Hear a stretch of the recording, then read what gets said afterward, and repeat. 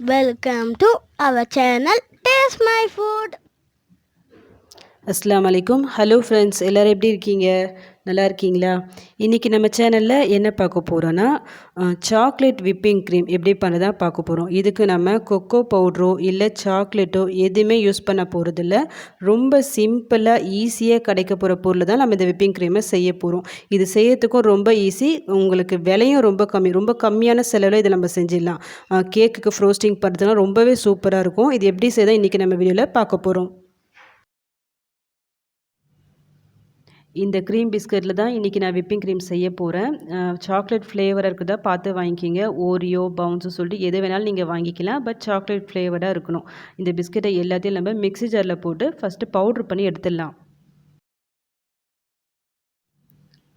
கரெக்டாக நான் ஒரு 12 பிஸ்கட் எடுத்திருக்கேன். ரொம்ப ஃபைன் பவுட்ராக பண்ணணும் அப்படிலாம் அவசியம் இல்லை. ஜஸ்ட்டு இந்த மாதிரி பவுட்ரு பண்ணி எடுத்துக்குங்க. பவுட்ரு பண்ண பிஸ்கட்டை இந்த பேனில் நம்ம போட்டுடலாம். இப்போ நான் கூடவே ஒரு 1/4 கப் அளவுக்கு பால் பவுட்ரு சேர்க்குறேன். பால் பவுட்ரு சொல்லிட்டு இப்போ வந்து 5 ருபீஸ் பேக்கெட், 10 ருபீஸ் பேக்கெட்லாம் கிடைக்குது. அதை நீங்கள் வாங்கிக்கலாம். நான் கூட 10 ருபீஸ் பேக்கெட் தான் வாங்கியிருக்கேன். அமுலியா 10 ருபீஸ் வருது பார்த்தீங்களா, அந்த பால் பவுட்ரு வாங்கியிருக்கேன். 12 பிஸ்கட்டுக்கு இந்த பேக்கெட் வந்து கரெக்டாக இருக்கும். இந்த குவான்டிட்டிக்கு இந்த ஒரு பேக்கெட் பால் பவுட்ரு கரெக்டாக இருக்கும். நீங்கள் எக்ஸ்ட்ரா போடுறதா இருந்தால் அதுக்கேற்ற மாதிரி நீங்கள் இன்க்ரீஸ் பண்ணிக்கிங்க பால் பவுட்ரை. நெக்ஸ்ட்டு நம்ம ஸ்வீட்னஸ்க்காக நான் ஒரு 2 டேபிள் ஸ்பூன் அளவுக்கு சுகர் சேர்க்குறேன். உங்களுக்கு எந்த அளவுக்கு ஸ்வீட் தேவையோ அதுக்கேற்ற மாதிரி நீங்கள் போட்டுக்குங்க. நம்ம போட்ட பால் பவுட்ரு, இந்த பிஸ்கெட் பவுடர், இந்த சுகர் எல்லாத்தையும் நல்லா மிக்ஸ் பண்ணி விட்டுட்டு இப்போ நம்ம தண்ணி சேர்த்துக்கலாம். தண்ணியை பொறுத்த வரைக்கும் நான் ஒரு 1/2 கப் அளவுக்கு தண்ணி சேர்க்குறேன். 1/2 கப்புன்றது கரெக்டாக 125 ml இருக்குது. இது தண்ணியை பொறுத்த வரைக்கும் லைட்டாக கொஞ்சம் சூடாக இருக்க மாதிரி பார்த்துக்கோங்க. ரொம்ப சூடு வேணால், லைட் சூடாக இருக்கணும். இது போட்டு நல்லா மிக்ஸ் பண்ணி விட்டுக்கோங்க, எந்த லம்ஸ் இல்லாமல். அதுக்கப்புறமா நம்ம ஸ்டவ் ஆன் பண்ணிவிட்டு இந்த பேனை வச்சுக்கலாம். ஸ்டவ் ஆன் பண்ணிவிட்டு நீங்கள் தண்ணி சேர்த்து மிக்ஸ் பண்ணிவிட்டா உடனே உங்களுக்கு லம்ஸ் ஃபார்ம் ஆகிடும். ஸோ நல்லா மிக்ஸ் பண்ணிவிட்டு அப்புறமா ஆன் பண்ணிக்கிங்க ஸ்டவ். லோ ஃப்ளேமில் வச்சுட்டு நல்லா மிக்ஸ் பண்ணி விட்டே வாங்க. ஒரு 5 நிமிஷத்துக்குள்ளேயே உங்களுக்கு நல்லா கொஞ்சம் கொஞ்சமாக திக்காக உங்களுக்கு ஃபார்ம் ஆகிட்டே வரும். லம்ஸ் எல்லாத்தையும் நல்லா உடச்சி விட்டு தொடர்ந்து மிக்ஸ் பண்ணி விட்டே வாங்க.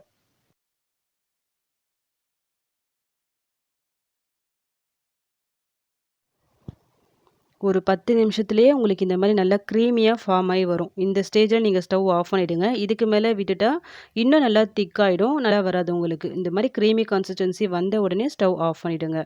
இது கொஞ்சம் நல்லா ஆறட்டும். ஆறிட்ட பிறகு நம்ம வேறு ஒரு பவுலுக்கு மாற்றிடலாம். இப்போ இது நல்லா ஆறிடுச்சு. அவ்வளோதான். இப்போ நம்மளுக்கு சாக்லேட் விப்பிங் க்ரீம் ரெடி ஆயிடுச்சு. ஒரு 10 நிமிஷத்துலேயே ஈஸியாக இதை ரெடி பண்ணிடலாம். உங்களுக்கு பார்க்கும்போதே தெரியும். நான் எடுத்து இந்த ஸ்பூனில் காமிக்கிறேன் பாருங்கள். கீழே விழாமல் கரெக்டாக அந்த கன்சிஸ்டன்சியில் இருக்கும் உங்களுக்கு. டேஸ்ட்டும் ரொம்பவே சூப்பராக இருக்கும். ரொம்ப குயிக்காக நம்ம ரெடி பண்ணிடலாம். நீங்கள் நார்மலாக கேக் ரெடி பண்ணிவிட்டு இதை ஜஸ்ட் ஒரு 10 நிமிஷம் ரெடி பண்ணிவிட்டா அதுக்கு மேலே அழகாக ஃப்ரோஸ்டிங் பண்ணிடலாம்.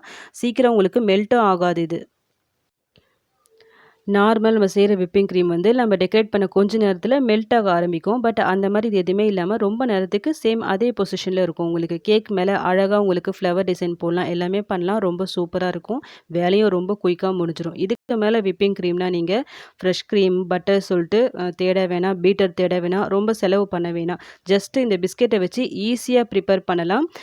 நெக்ஸ்ட் டைம் விப்பிங் க்ரீம் வந்து இந்த மெத்தடில் ட்ரை பண்ணி பாருங்கள். ட்ரை பண்ணி பார்த்துட்டு சூப்பராக வந்துச்சுன்னா மறக்காமல் எனக்கு கமெண்ட் பண்ணுங்க.